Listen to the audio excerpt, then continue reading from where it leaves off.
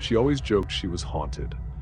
Grew up moving house to house. Her dad was Army, so new towns, new bedrooms, new sounds, and the walls were normal. But every house, something always felt off. Doors creaking open on their own, things showing up in weird spots, like a mug in the fridge or keys under her bed when she swore she left them on the table. It was easy to blame the houses. Old pipes, bad memory, wind maybe. She never really thought too hard about it. Until uni. Second year in, one of her housemates, he was the quiet one, kind of weird but observant, just said it straight. "I don't think the houses are haunted. I think you are." It hit different, because looking back, none of that weird stuff followed anyone else. Just her. Still, she brushed it off.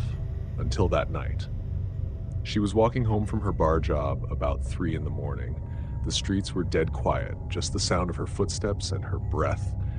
She cut through this private alley to get to her uni house. It wasn't long, but it was narrow, dark, and had this way of feeling like it was closing in on you. You could smell the damp brick, hear tiny scratches from rats or cats maybe, but it was always too quiet. Right as she stepped toward the alley entrance, she felt footsteps rushing behind her. Before she could turn, this drunk guy grabs her and spins her around. He stank like beer and sweat. His eyes were glazed over but hungry, like he wasn't all the way there. He starts touching her, slurring stuff she can't even fully understand and trying to pull at her clothes. She tries to push him off, tries to stay calm, but he keeps grabbing at her. She remembers the house had this old security system. The living room window, if you hit it just right, it would trigger the alarm. It'd go off loud enough to wake the whole street. Her 2 housemates, both guys, were heavy sleepers, but the alarm, that would wake them. Only problem was, the alley was tight, and every time she tried to run for it, he grabbed her again. For like 5 minutes, she struggled. She cried, begged, shoved. He wasn't stopping. Then he hit her. Just once, but hard. And then it happened. The alarm started screaming. Lights in the house flipped on. The guy bolted, stumbling back into the street like a roach when the light hits. Her housemates came rushing out. One of them held her.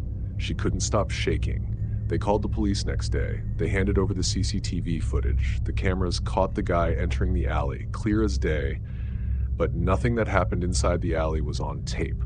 The angle missed all of it. Not enough to charge him, he just got to walk away. But later that day, they went back and looked at the footage again. They were all curious. What had set the alarm off? There had to be something.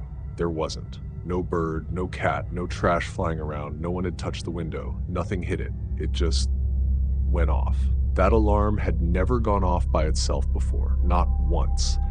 And it didn't happen again after. She sat there watching the video, the screen frozen on the window with nothing near it, and she said it without thinking. It was the ghost. Back then, it scared her.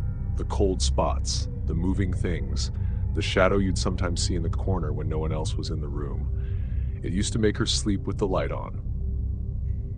But now she feels like whatever it is, it's on her side. Like it watches, waits, steps in when it really matters. And that thought that something invisible and unseen might be following her, not to hurt her, but to protect her, it still creeps her out. But she's glad it's there.